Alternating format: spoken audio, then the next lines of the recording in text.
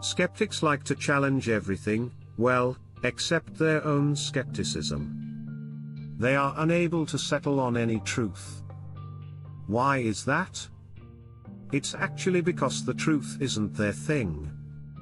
They're not philosophers, they're sophists. Doubting truth is their game. They like to scoff at the truths of others. That's what turns them on. They themselves are ignavi. They can't commit themselves to anything.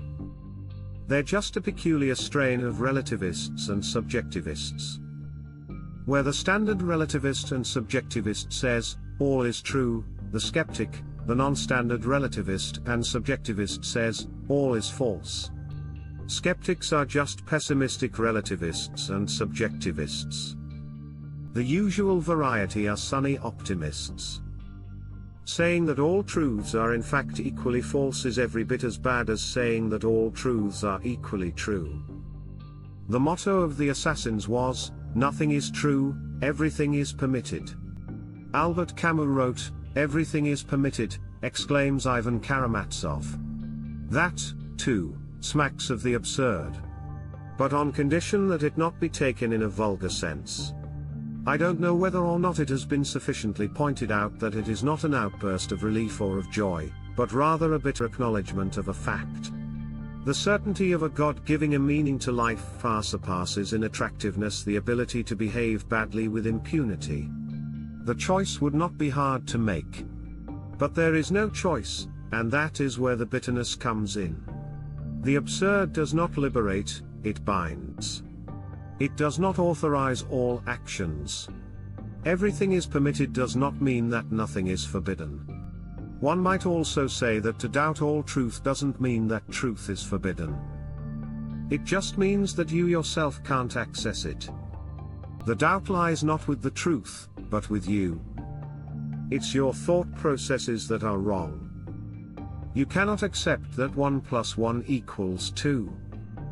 If that is true, all of mathematics is true, and if mathematics is true, the whole of ontological mathematical reality is true. Skeptics are 100% skeptical towards anything they don't like, and show 0% resistance towards what they subjectively believe. Truth isn't their thing. Liking and disliking is their thing. Every man. 1 Corinthians 9:22 says, to the weak became I as weak, that I might gain the weak. I am made all things to all men, that I might by all means save some. Ken Wilber is the false prophet. He is all things to all men. That's integral right there. Everyone is right. No one is wrong. Everyone can be happily united in one giant error. In a system of nothing but wrong answers, everyone is equally wrong. Communism at last. Wilber's integral theory is all about indulging the human condition to the maximum. The real task is to transcend the human condition to the maximum. That can be done only via reason and logic. The rational and logical order existed before a single human did. As soon as you rely on all things human, feelings, perceptions, mystical intuitions, beliefs, opinions, and human practices such as faith, prayer, meditation and mindfulness, you are lost. You have failed to transcend your limited condition. You have instead fully indulged it and maximized its errors. What's the point of saying that human developmental stages are true, are right? That's like saying that Zeus is right, Zeus is true. Or that superstition and astrology are true. They're not. They're absurd. They are human errors, which have to be rejected. That was the whole point of the Enlightenment. Wilber is a staggeringly anti-Enlightenment thinker. As soon as you say that pre-Enlightenment thinking is right, you have undermined the entire Enlightenment project. The intelligent person looks at the development of human thinking to see what things it got right, very little, and what it got wrong, very much. The wrong has to be transcended, not embraced. It is mindless drivel of the highest order to say that everyone is right. Why are people motivated to say such absurdities? It's because they have a messiah complex and want to be all things to all men. They want to be the savior of humanity, uniting everyone. They have a fundamental belief that saying everyone is right is the only way to unite people, and this drives all of their consequent fallacies.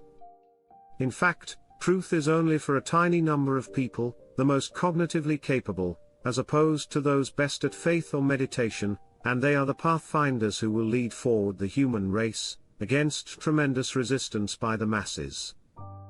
It has always been thus. The truth is not a popularity contest, and it's not for everyone. The lie is for everyone.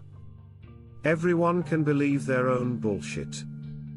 That's integral right there, the self-serving, reassuring lie, the universal falsehood. Mathematics refutes Wilbur. Mathematics reflects eternal and necessary truths. It has no connection to developmental human psychology. The only relevance of the latter is to throw light on the resistance of human psychology to mathematics.